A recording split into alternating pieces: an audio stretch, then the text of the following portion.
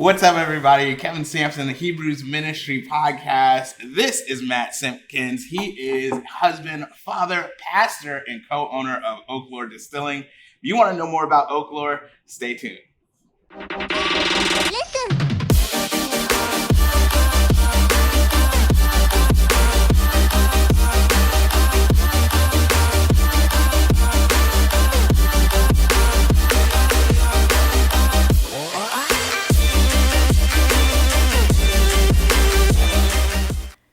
Today I'm in the town of Matthews, North Carolina, where a micro-distillery takes up a small footprint just off a busy intersection. What Oaklore Distilling may be missing in size, it more than makes up for in taste and the community environment it fosters. I thoroughly enjoyed sitting down with the owners to talk about how Oaklore came to be. Oaklore Distilling got started with my partner Tom and I. We actually met on the way to the elementary school bus stop. We had kids that were riding the bus together, and we found that we had some common interests, and one of those interests was spirits. We also had a common interest in community and having a place that we lived that was safe and was fun, and that you knew your neighbors, and it wasn't just a bunch of fences, next to each other. We wanted something that was deeper, and so. There were a bunch of dads, ironically, at this bus stop. Typically it was dads didn't, it was just not the norm, So all these dads are getting together at this bus stop. And so we started getting those dads together to do some things, just gatherings and kind of, being friends. And we found that there was like a community that kind of started. And so we started this silly thing called the Knights of Camelot. So we gathered these guys together and we started hanging out. And when we were doing that, we found that people were talking about things and finding like a place where they could sort of vent and just kind of talk through life. And so as we gathered more and more often, our group kind of grew.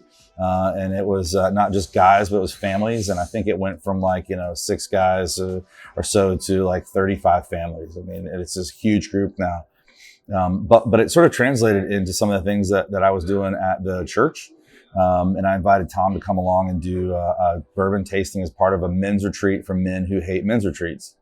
And we thought it would be fun to meet people in a place where they were familiar, and we knew about gathering around a fireplace and having a tasty beverage. But we found that people opened up more there than they did at the church, than they ever did with me as their pastor. And they sort of fell in love with the community that was there. And so we kind of realized that it was something kind of special. Throughout my time in ministry, I think I've always wondered, people are always trying to figure out how to get the community into their church, right? How do we get people here on Sundays? And I thought, well, what's the greatest part about Sundays? What are you asking them to come be a part of? Well, it's community, it's fellowship, it's a family-like atmosphere where there's grace and mercy, and there's a place for you, an invitation to a table. I thought, well, why wouldn't we be trying to get the Sundays into the community? Like, why don't we find where God is already doing things in the community and meet them there with a family, with a place at the table, with grace and with mercy, instead of just trying to figure out how to entice them or attract them into our church. And it began sort of this whole movement with me and some of these guys to think about how do we put ourselves out there in some new ways? Well, Tom and I, after a number of really great late Tuesday nights of sitting around tasting different stuff, and we love blind tasting, Tom says, Matt, we could, I used to brew beer. We could do this. We could learn this process. And I was like, well, let's do that. Let's figure out that process, because we love spirits and we love bourbon. So we went to the ABC and bought some distillate, which is like White Dog. It's like the stuff it's just moonshine basically, and started working with different kind of staves of oak, toast level and char and all those things. And ultimately created some things that we put into this competition with our friends. It was a blind taste test, and it ended up winning the competition. And we put the bottle on the table, and they were like, where did this come from? And we're like, well, Tom and I made it. And they were like, bull crap, you guys didn't make that. Like, no, we made it. And one of our friends pulled us aside after that and was like, guys, if you guys want to do this, like, I'm in. I want to be a part of this. It'd be a lot of fun to make our own stuff. So fast forward a number of years and a number of processes and getting all the different things you have to get done. As you well know, I mean, it's tough to start any kind of business, but then you add in all the federal permitting and everything else you got to do. So we started working with sister distilleries so that we could have aged product, right? So we started looking for places that we knew were going to make great product and started having them make our stuff for us early on, our design, so that we could do it exactly like we wanted to. And now fast forward 4.5, 5 years later, we've got aged product on the shelf and a business here in Matthews. This is our distillery space. So just a couple days ago, we got a big shipment of our barrels in. You see a number of barrels here on the floor. We want elevated in the air. We got a couple over here. So with our barrels in the shop, we have brought them in and we empty them into our batching tank, which is this tank that's running over here. And over the last couple days, we have just done a big production run and bottling run of our 4-grain bourbon. We do a number of things when we do that. We empty the barrels, we move the barrels around. We have a barrel mover in our shop here. The batching run, we have a labeling machine, which we label every bottle here in shop. We also have a bottle filler, which is just outside the door there. On a normal day, we don't batch and bottle every day, but just during our production runs. This is our still. Since we are a micro-distillery, we do a lot of things as efficiently as possible. So this is our still. It is also our mash tun. So when we begin the process, we will mash in this. We will transfer it to our fermenter, ferment, bring it back to our still, run it through our still once or twice or 3 times, depending on the product. And then from there, it'll go into a storage container, which we have some up there. We also have some stainless steel and plastic containers over here. And from that, those clear spirits will get bottled and labeled and put on the shelf. And if it is a bourbon to be barreled, it'll be barreled and then aged in a warehouse we have offsite. We produce the bottles as needed, but for an example, if we are doing a single barrel of something, it will produce roughly 220 bottles, depending on proof. If we do a run of vodka or gin, we usually do it in the same size batches. So roughly around 220, 250 bottles of each, because our system is kind of built for that. 250 bottle run, we can do it. Now we can do a bottling probably once every week and a half. But a product from start to finish is probably 3 weeks if it is our vodka, gin, or rum. And then our bourbon, of course, has been aging and we bring those in. But the bottling for the bourbon and the proofing down usually takes about a week. That's what we're doing here. We've batched, and I have a couple of these samples that I've pulled out of our batching tank. And I'm proofing them down to different proofs where we can kind of decide what sits best for us and what we want to put on the shelf and give to our consumers. North Carolina in general is still trying to figure out some things, right? And as a state, I think we're still trying to figure out some of the laws and the zoning and different things as it goes for alcohol. It's always been something that people have been kind of afraid of. As a matter of fact, you know, there's people get a kick out of the fact that I'm a pastor who's also a distiller, you know, and they're like, well, how do those two things work? And I'm like, well, you know, monks have been brewing beer for hundreds of years. I mean, like, it's not abnormal to have alcohol related to the church. But it's been a stigma that there's a problem and that there are things that, you know, come along with this. And we're still not past that. I think in a lot of places in the state, we are from the spirit of the law past it mostly, but not the letter. And so, you know, when we got our space, this was a prime space for us. It was a great space to be in and tons of traffic and lots of people. But the laws said we couldn't put a distillery here on the site because of its proximity to the other things around it. And I guess people thought that distilleries were going to be like these large manufacturing facilities, which a lot of them are.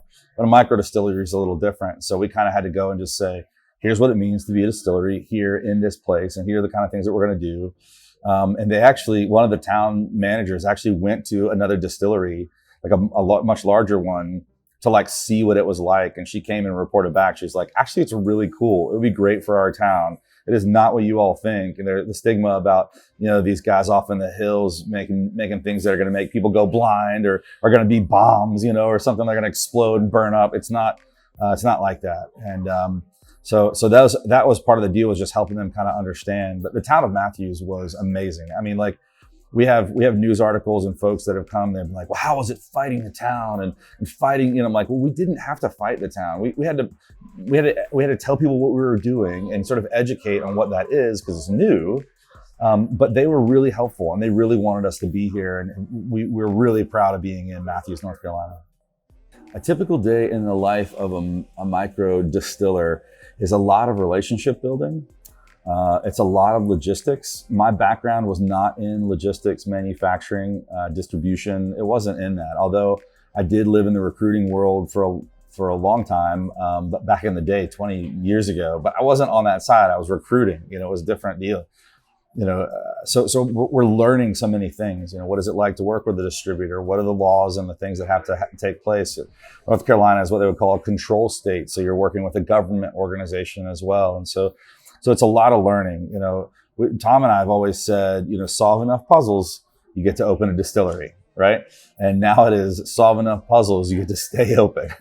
Solve enough puzzles and you get to be profitable. So, I mean, every day is just learning how to solve those different puzzles and to move the business forward. We've found a great community here. People really resonated with what we're doing and how we do it, which is great, because it's full on the character of what we wanted to start. It goes all the way back to the Knights of Camelot sitting around fireplaces and having that community and that conversation. So that's a day in the life. It's lots and lots of computer work, physical labor, moving boxes, learning the craft and getting better at it. This is our shop. That's our distillery space there, separated by these doors. In this area, we have a merchandise shop here. Everything we make, we sell here in this shop. We have vodka, gin, and rum. We have a rye whiskey, and we have a number of different bourbons. We have 2 on the shelf right now. This over here is our tasting area and bar. We also have a little bit of seating upstairs. On very nice days, we have a great outside area, a number of benches, fire pits, and places to sit. A lot of merchandise, things that we really like to have. We like to offer up to other people. But on this side, you'll see our vodka, our gin, and our rum. Our gin is our best clear spirit seller, followed really closely by our vodka. And on the shelf right now, we have our first release of our Story Series Wheated Amber, our 4-grain batch 4, and then our rye whiskey, our North Carolina straight rye whiskey is something we're really, really proud of, something to elevate North Carolina spirits.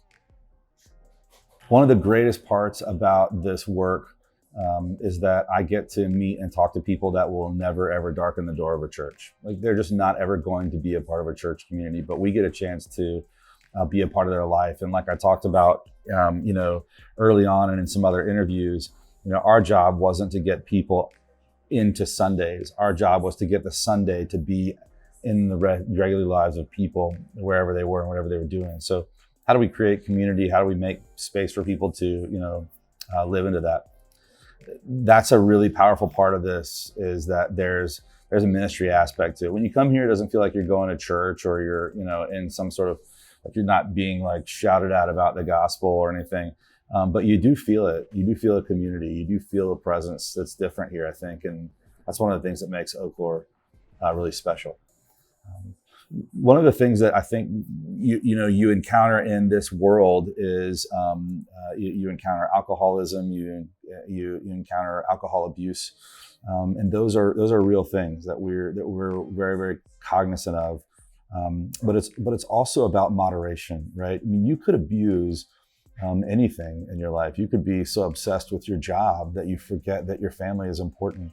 I had a conversation with a guy earlier this week who was lamenting the fact that he was going to be out of town for the next 3 weeks and was only around, on the weekends, and he was going to miss, being around his kids. And you're like, okay, well, so, if you're talking about alcoholism, which is clearly a very difficult disease, there's also obsession with other things that can lead to addiction and loss of family and friends around you. And so I think life ultimately is about moderation. It's about keeping it in front of you. We haven't had anyone talk to us about those kind of needs, but we also are well connected to different Alcoholics Anonymous groups, and were we put in a situation where somebody was really dealing with some of those things, we have proper resources in place. You can find us on social media by hitting us up on Instagram. That is our jam. We have not done any real marketing yet, except for our sign out front and our Instagram account. I mean, we're on Facebook too, but that's only for old people like me. Instagram's where it's at anymore. We're about to add a TikTok channel of just stupid fun stuff and educational things. But those are the places that you can find us right now. Stay tuned on Instagram. That's the easiest place. We do have email subscribers on our website. And those are folks that want to kind of stay in the know and want to make sure that they don't want to miss out on anything. Then you don't have to be a club member to be here, but there are a couple of clubs that people are a part of. One is our Oaklore Club, and that's about ready to change. And there's a really special thing coming. So hit Instagram so I can show you what that is all at once. But our Founders Club is a small group of people that are like super bourbon nerds. We get together once a month and do ridiculous fun stuff, it's not real R&D because we can't do that. However, they do get to try different samples of things that aren't out yet and give us feedback, which is really great. And we have a really tight-knit community that group's a part of. So there's all kinds of ways to stay in the know.